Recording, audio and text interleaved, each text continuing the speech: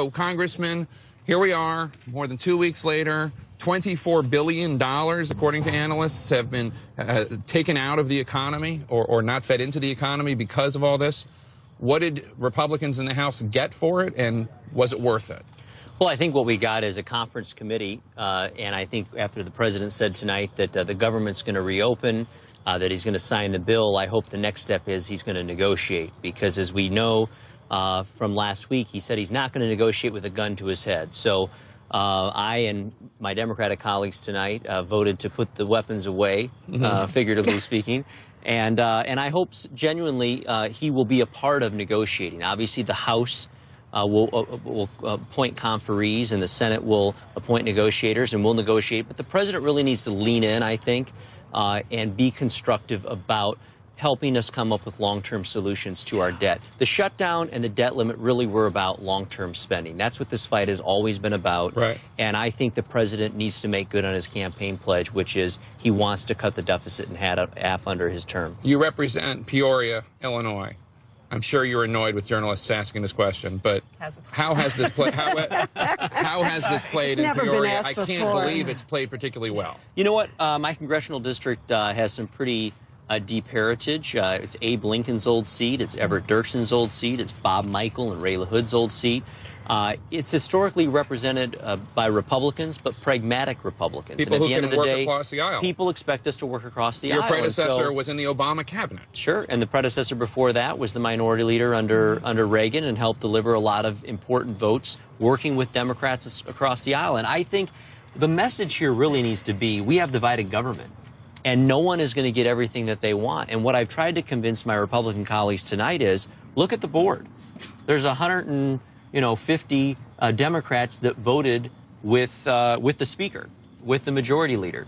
And we don't need 150 Democrats. If we have 20 or 30 Democrats, if we have 40 Democrats, we have a governing majority. But and so the sooner we can reach that reality, I think the sooner we can govern and negotiate sooner rather than have to wait after the government. I completely hear what you're saying, and excuse me for being cynical, but I'm going to be just a little cynical because that's why you're here. I've covered I've covered a lot of this, you know, the super committee after the fiscal.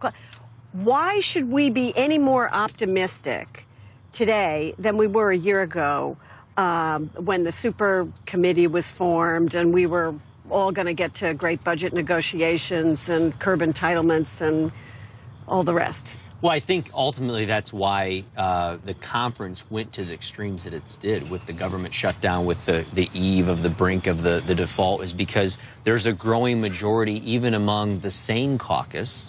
Who's the sane caucus? I would consider myself one of the same members. Who's the insane caucus? Well, you know, I'm not going to name names, but there's a small list of those guys. But look, there's a growing number of us that say, look, at the end of the day, we want to be able to say we've done something to bend the cost curve long term.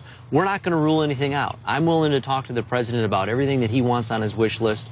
When our leadership went to the White House last week, it wasn't, hey, you got to agree to $1 trillion in cuts or $2 trillion cuts. We just said we want to talk. Let's negotiate. About Obamacare. I'm sorry, I'm confused because I thought this was about Obamacare. Not for him. You know what? I think when John Boehner and Eric Cantor went down to the White House, they didn't say we have to touch Obamacare. Obamacare, health care, is a large component of our spending problem. When you look at Medicare and Medicaid, and now the new entitlement of Obamacare.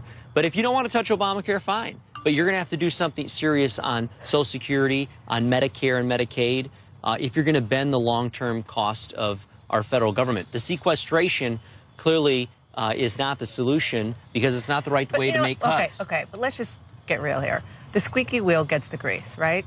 And so the squeaky wheel in this scenario is the conservatives in your caucus. Just these are your terms, not mine, just for the record here in the Twitterverse. The sane caucus is very quiet. The insane caucus, as you would call them, are not. And my understanding is that in even the private meetings, the caucus meetings that you all have very regularly, they're the ones who get up and talk. They're the ones who make the noise. And you guys are a silent majority. So are you going to not be silent anymore? I think you're going to see more of us become much more vocal and not be taken for granted when it comes to always counting on our votes. You're right. There are probably 20 or 30 members who are very loud and squeaky and, quite frankly, don't vote yes on much. And the sooner that we realize that if you're not going to be a part of being constructive, then we really don't want you a part of the conversation, and take the flock of 200 plus, if you will, and work with those who are willing to work with us. And here's what I would say. There are some who would say, oh, Aaron, you're not being a true conservative. If you're willing to work with Democrats, oh, Aaron, you're not being a true conservative. But here's the reality. Here's the reality. We got to work with Democrats anyways. Newsflash, Democrats control the Senate. Newsflash, Democrats control the White House. Newsflash, Republicans control the House. Neither party is going to get everything they want. So the sooner that both parties recognize that, and recognize that the sooner we can work together, we can advance the ball, not just on deficit reduction, on immigration reform, on infrastructure investment, all the things we need to do in this country. We got to be willing to work together and accept we're not going to get everything we want. And with those news flashes, we thank you very much, Congressman Aaron Schock. Good to be with you. I appreciate it. Thanks.